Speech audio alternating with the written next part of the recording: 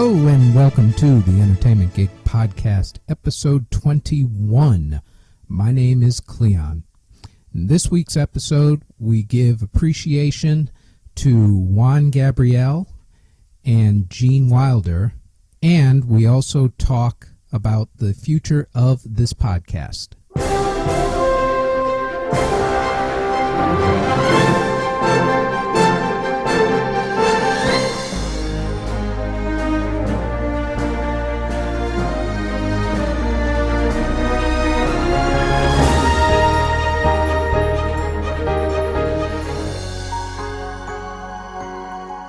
Okay, let's first talk about the death of Juan Gabriel. If you are a fan of Mexican music or of Mexican descent, then this was pretty much huge news for you, because Juan Gabriel was basically the Elvis Presley of Mexican music. He started his career in 1971, recorded 33 albums. He was known for having a very flamboyant style, which was not around at that particular time, but he changed the way that musicians were looked at, especially in Latin America. He was also known for his songs about romantic relationships, heartbreaks, falling in love, and he wrote over 1,800 songs. He recorded over 33 albums, like I said. His biggest selling album was Recuerdos Volume 2, which also is the biggest selling album in Mexico of all time, sold over 8 million copies. He has been inducted into 2 different Music Hall of Fames. He has a star on the Hollywood Walk of Fame, and he has also been voted one of the most influential Latin artists of all time. He passed away last week of a heart attack.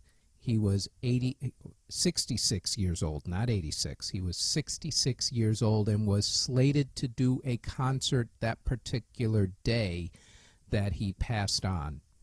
The guy's influence is overwhelming. He crossed over borders. He crossed over influential styles of music from mariachi to pop and beyond. He worked beyond generations, at least 2 or 3 different generations of musicians and Latin artists. The guy was huge, and he will definitely be missed. Also, passing on last week of Alzheimer's was Gene Wilder. Gene Wilder started off on Broadway, was a decent star on Broadway. His first movie role was actually a small one. He played a hostage in the movie Bonnie and Clyde back in 1967, alongside Warren Beatty and Faye Dunaway. The next year, in 1968, he starred as Leopold Bloom in The Producers with Mel Brooks. Mel Brooks went on to win an Academy Award that year for Best Screenplay. Gene Wilder was nominated for Best Supporting Actor that year. The movie The Producers, the original 1968 version that spawned the Broadway play, that spawned yet another movie based on the Broadway play, is a classic example of a movie that people did not like when it first came out. Aside from some of the critics, the movie tanked at the box office, but it had one of those slow burns where it just became a classic after a while. And now, of course, it's a huge cult classic, which, like I said, spawned one of the biggest Broadway plays of all time. The Broadway play itself still holds the record for most Tony Awards. Hamilton came close, missed it by 1 this year.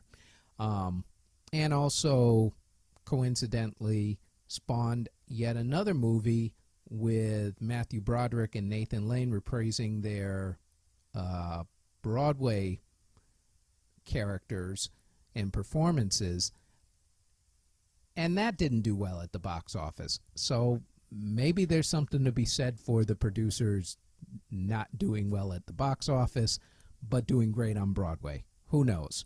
In any event, that was where the world first really saw Gene Wilder. If you were a kid who, like me, grew up in the 70s and 80s, you no doubt remember him from Willy Wonka and the Chocolate Factory. Classic performance, not the Tim Burton version.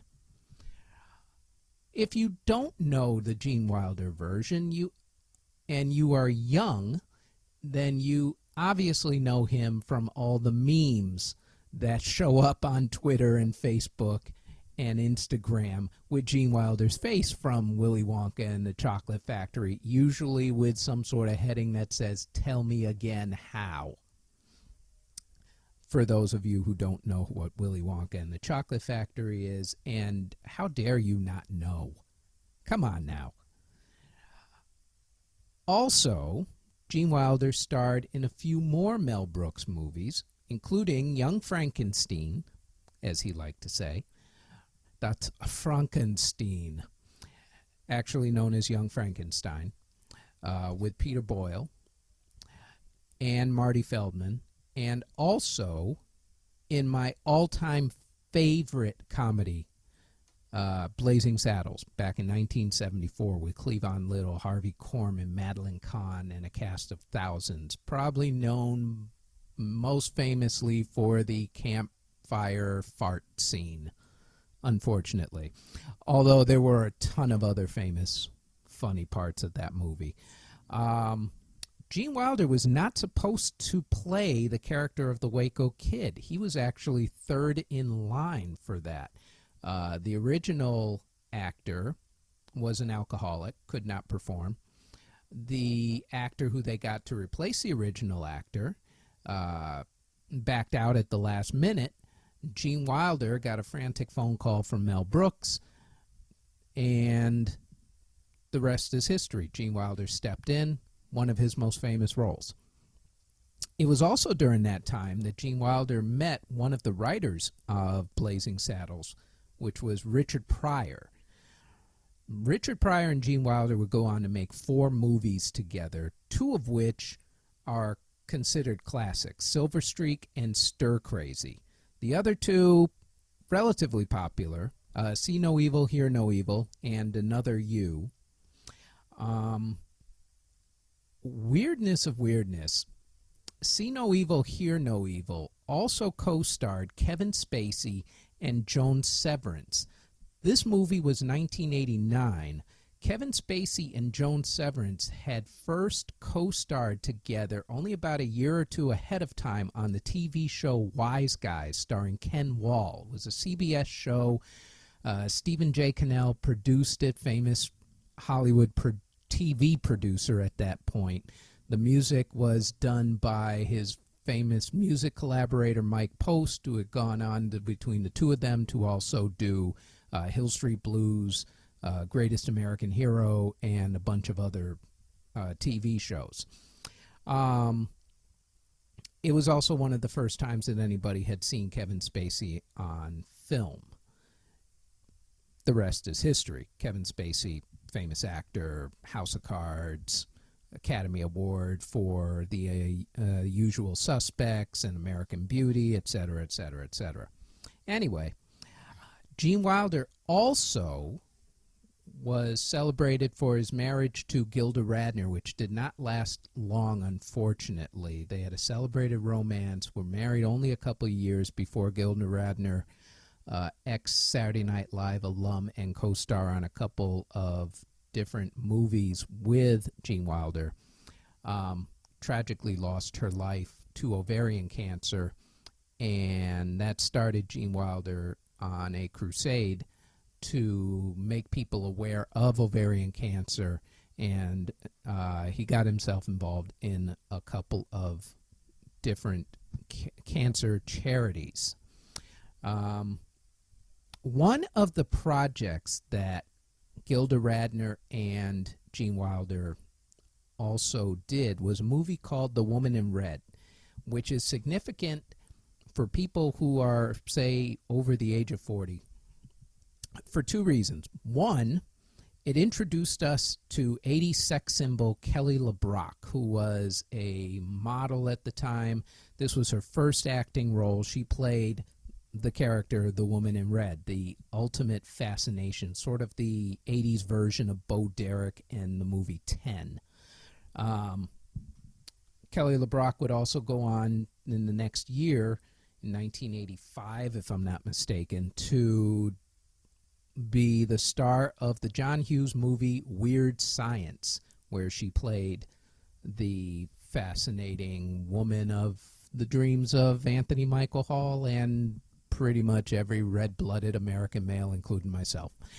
Anyway, the second thing about that movie, The Woman in Red, is that it had as one of its songs Stevie Wonder's I Just Called to Say I Love You, quite possibly his worst song ever written, and I defy you to actually point out one that is worse, at least by Stevie Wonder's standards. That song, strangely enough, would end up going on to win an Academy Award for Best Song that year, so what do I know? But still, to me, considered the worst Stevie Wonder song ever written, and I'm sad to say that, but it is. Prove me wrong.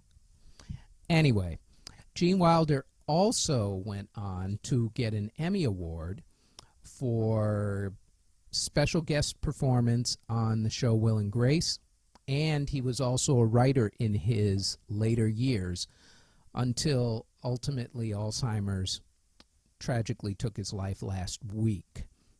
He will be greatly missed. He was one of my all-time favorites, and in the acting world, he was huge. And it's a shame to see him go. He will be missed. Now, since this is the holiday version, there is no interview, in case you didn't notice. And we went on to do appreciations. And it also got me to thinking, since this is the holiday version of the show, about the future of the show and how it's going to evolve. When I first started the show, the format was basically throw in some news that had to do with entertainment, also go over the lists of what was popular for that week and what was going to be released for that week, and then we'd do a quick 10-minute version of an interview that had been recorded, and then on a separate podcast do the entire interview as an extended interview, sort of a bonus podcast. I have enjoyed the interviewing because it has gotten me to learn about a lot of different aspects of the industry. But the interviews kind of, after a while, had just taken over to where that was the only thing that was going on. So now I'm going to decrease the interviews, merely because of the fact that time is an issue these days, and also due to the fact that a lot of people will just flake out on you when you're trying to set them up for interviews. They'll say, yes, I'll do it, yes, I'll do it, yes, I'll do it, and then they don't bother for one reason or another. Whatever that reason is up to them. So after a while, I have decided to kind of back away from doing the interviews, but continue on with the podcast and actually expand it. So here is what's going to happen with the podcast starting next week. We're going to go back to doing news.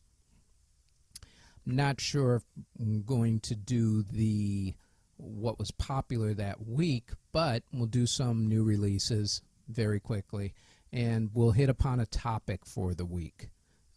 Next week's topic will probably be the Nate Parker situation. Probably. I may change that. But in any event,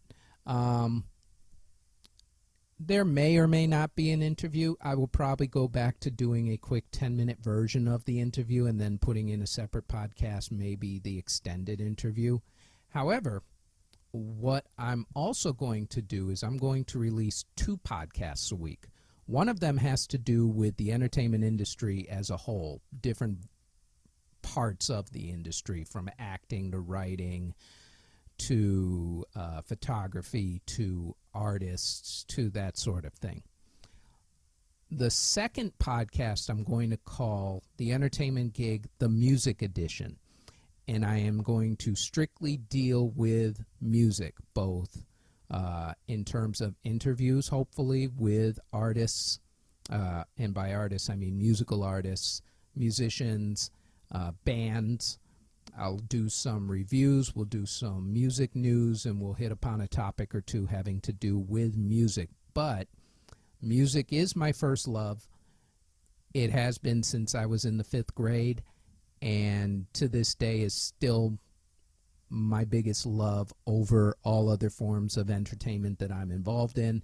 And so I had decided that it was time to get back to that part of it and do what I really love, which is the music part. So I will do a separate music podcast, but I will call it still the entertainment gig, just call it the music edition. Also, I am going to start releasing podcasts on Tuesdays now instead of Sundays. Every podcast will come out on Tuesday. That's including the original entertainment gig, the music edition, and if there are any extended interviews, I will release those at the same time as well. But all podcasts will now be released on Tuesdays in honor of, basically, to be honest, back in the day when music used to be released on Tuesdays. That's the only reason why I came up with a Tuesday. It just made sense to me. It's called New Music Tuesday, which I guess now is New Music Whenever. Supposedly on Fridays sometimes now, but whenever everybody decides they want to release an album. But to me, old school, Tuesdays was New Music Tuesday. This will be New Podcast Tuesday. So that is basically it as far as the update goes. We are not stopping the podcast. We are merely putting interviews on hold. If I get an interview that I think is worthy of actually putting on the podcast, I will do so. If not, we'll just stick with what the original version of the podcast was supposed to be. And that is it for any updates, and that is it for this edition of the Entertainment Gig podcast. We are not going to go through where you can find it and blah, blah, blah, blah, because it's the holiday. That is all. We will talk to you next Tuesday. Everybody have yourself a good week.